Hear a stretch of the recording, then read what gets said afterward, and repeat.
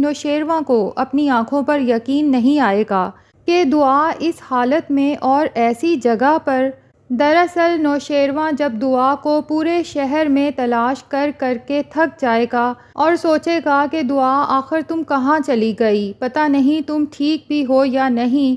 تو جعفر نوشیروان سے کہے گا کہ سائیں مجھے تو لگتا ہے کہ اب دعا بی بی ہمیں کبھی بھی نہیں ملیں گی، لیکن نوشیروان کی محبت چونکہ سچی ہے اور اس کا دل گواہی دے رہا ہے کہ اس کی دعا تو اسے ضرور ملے گی،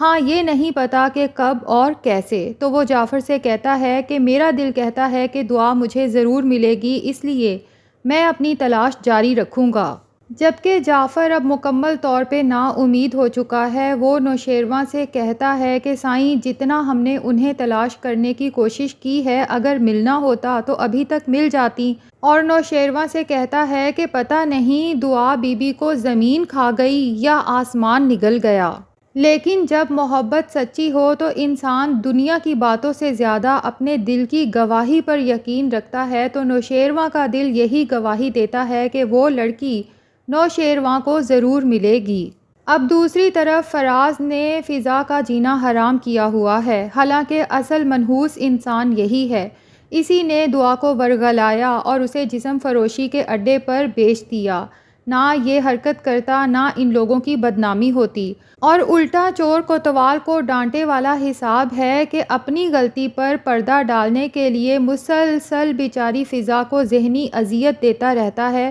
کبھی اپنے باپ سے کہتا ہے کہ میں اسے طلاق دینا چاہتا ہوں کیونکہ ان لوگوں نے ہمارے ساتھ دھوکہ کیا، اپنے آپ کو شریف خاندان شو کرا کے۔ اگر ایک بہن گھر سے بھاگ سکتی ہے تو دوسری بہن بھی آوارہ ہو سکتی ہے۔ لیکن یہ شکر ہے کہ فراز کا باپ فضا کے باپ کی طرح کا نہیں ہے، بلکہ بہت ہی اصول پسند اور نرم دل انسان ہے۔ وہ فراز کو صاف طور پہ کہہ دیتا ہے کہ جب تک میں زندہ ہوں فضا کو اس گھر سے کوئی بھی نہیں نکالے گا،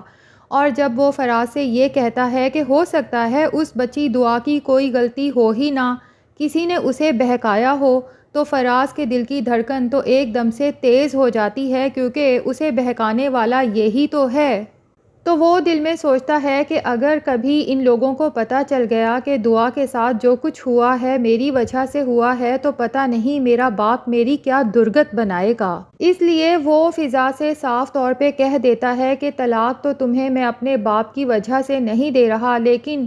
اس گھر میں رہنا ہے تو مجھے کم سے کم نظر آؤ، اور خبردار اگر تم اپنے میکے گئی دوبارہ یا پھر ادھر سے کوئی ادھر آیا تو میں تمہاری ٹانگیں توڑ دوں گا۔ فضا تو دہائیاں دیتی رہ جاتی ہے کہ آخر یہ سب سزائیں مجھے کیوں مل رہی ہیں، میں نے کیا غلطی کی ہے۔ اس بیچاری کو تو سمجھ ہی نہیں آتی کہ ایک وہ فراز تھا جو ویڈنگ نائٹ پہ میری اتنی تعریفیں کر رہا تھا اور مجھ سے وفا کے وعدے باندھ رہا تھا کہ پوری زندگی تمہارے ساتھ کھڑا ہوں، اور ایک یہ فراز ہے کہ نہ میرا کوئی قصور ہے نہ غلطی، لیکن دن رات مجھے ذہنی اذیت دیتا رہتا ہے۔ تو فراز فضا سے کہتا ہے کہ نہیں تمہارا کوئی قصور نہیں، سارا قصور میرا ہی ہے کہ تمہارے جیسے گندے خاندان میں میری شادی ہو گئی۔ تو فضا رو کے کہتی ہے کہ ٹھیک ہے دعا گھر سے بھاگی ضرور ہے، لیکن آپ اس طرح سے تو نہیں کہہ سکتے کیونکہ دعا کا تو ابھی تک کوئی جرم ثابت بھی نہیں ہوا۔ اور فراز سے کہتی ہے آپ میرا یقین کریں، میں اپنی بہن کو جانتی ہوں، وہ ایسی نہیں ہے۔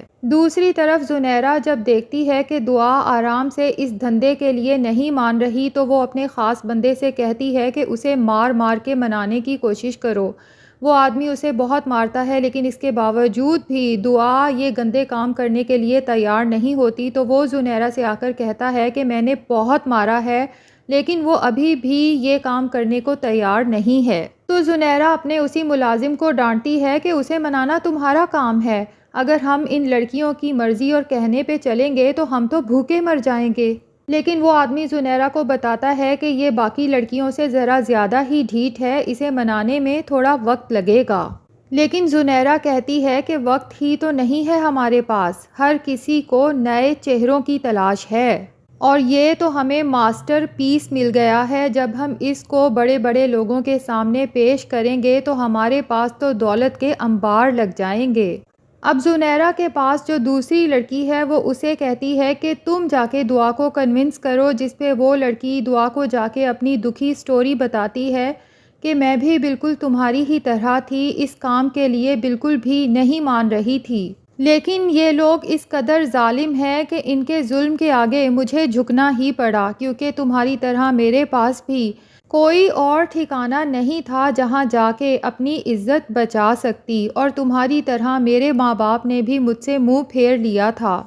دعا کہتی ہے تم مان گئی ہوگی، لیکن میں مرنا پسند کروں گی، یہ گندے کام کرنا ہرگز پسند نہیں کروں گی۔ لیکن وہ لڑکی اب پتہ نہیں واقع ہی دعا کی ہمدردی میں یا پھر زنیرہ کے سکھانے پہ دعا سے کہتی ہے کہ پاگل مت بنو اور مرنے مارنے والی باتیں مت کرو، بہتر یہی ہے کہ ویسا ہی کرو جیسا میں تمہیں سمجھا رہی ہوں، تم اگر یہاں سے نکلنا چاہتی ہو تو بس یہی ایک راستہ ہے۔ دعا اس لڑکی کی طرف بے یقینی سے دیکھتی ہے، کیونکہ اسے تو اب یہی لگ رہا ہے کہ میں ایک دلدل میں پھنس چکی ہوں جہاں سے نکلنا ناممکن ہے۔ تو وہ اس لڑکی سے کہتی ہے کہ تم جیسا کہو گی میں ویسا کرنے کو تیار ہوں، بس مجھے ایک دفعہ اس دوزخ سے نکلنے میں مدد کرو، میں ساری زندگی تمہاری احسان مند رہوں گی۔ تو وہ لڑکی کہتی ہے کہ فی الحال زنیرہ جیسا تمہیں کہتی ہے ویسا کرتی جاؤ، اور جیسے ہی تمہیں موقع ملے گا میں بھی تمہارا ساتھ دوں گی، تم یہاں سے فرار ہو جانا۔ دعا اس لڑکی کی بات مانتے ہوئے زنیرہ سے کہہ دیتی ہے کہ ٹھیک ہے، جو آپ چاہتی ہیں میں کرنے کو تیار ہوں، جس پر زنیرہ بہت ہی خوش ہوتی ہے۔ اب وہ دعا کو ایک نازیبا سا لباس پہنائے گی اور ساتھ ہی اسے پارلر لے کر جائے گی جہاں پر اس کا بہت ہی خوبصورت میک اپ کیا جائے گا۔ وہ عورت بھی دیکھ کر حیران ہو جائے گی کہ میرے پاس اتنی لڑکیاں آئیں لیکن ایسی خوبصورتی تو میں نے کہیں نہیں دیکھی، اور دعا سے بھی کہتی ہے کہ شیشے میں خود کو دیکھو اور مجھے سچ سچ بتاؤ کہ آج سے پہلے تم نے کبھی اپنے آپ کو اتنا حسین دیکھا ہے؟ دعا دل میں سوچتی ہے کہ سب کچھ مل تو وہی رہا ہے جو اس نے خوابوں میں سوچا تھا، لیکن یہ سب اسے پسند کیوں نہیں آ رہا، اور اپنی خوبصورتی شیشے میں دیکھ کر خود بھی حیران رہ جاتی ہے۔ اب زنیرہ دعا کو اپنے خاص بندے کے ساتھ کلب میں بھیجتی ہے جہاں پر اس نے ڈانس کرنا ہے اور امیر لوگوں کو اپنی طرف راغب کرنا ہے۔ دعا تو وہاں کا ماحول دیکھ کر بہت پریشان ہو جاتی ہے اور گھبرا جاتی ہے، اور اس آدمی سے اپنا بازو چھڑوانے کی کوشش کرتی ہے کہ یہاں سے بھاگ سکوں، لیکن وہ آدمی مضبوطی سے دعا کا ہاتھ تھام کے اس پر غصہ کرتا ہے، چیختا چلاتا ہے۔ اتفاق سے ہمارا نوشیروان جو کہ دعا کی تلاش میں ادھر ادھر بھٹک رہا تھا، اپنا غم غلط کرنے کے لیے سوچتا ہے تھوڑی دیر کسی کلب میں چلا جاتا ہوں، حسیناؤں کا ڈانس دیکھ کر اور تھوڑی ڈرنک پی کر شاید دل بہل جائے، اور جیسے ہی وہ کلب میں انٹر ہوتا ہے دعا کو نہایت ہی نازیبا لباس میں دیکھ کر حیران ہو جاتا ہے، اور اس کے بعد جب یہ دیکھتا ہے کہ ایک بہت ہی لوفر قسم کے انسان نے دعا کا ہاتھ مضبوطی سے تھام رکھا ہے اور دعا پر چیخ چلا رہا ہے، جبکہ دعا کسی بات پر انکار کر رہی ہے، رو رہی ہے،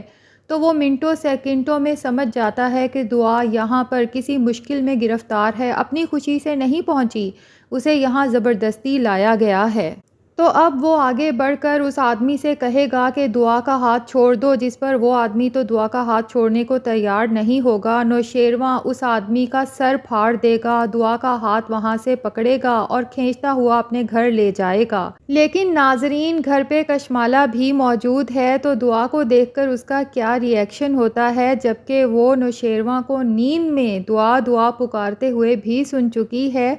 یہ سب ہمیں پتہ چلے گا آنے والی ایپیسوڈز میں۔ آپ کو آج کی ایپیسوڈ کیسی لگی کمنٹ سیکشن میں ضرور بتائیں، اور اگر ہمارے چینل پہ نئے ہیں تو پلیز چینل کو بھی سبسکرائب کر لیں۔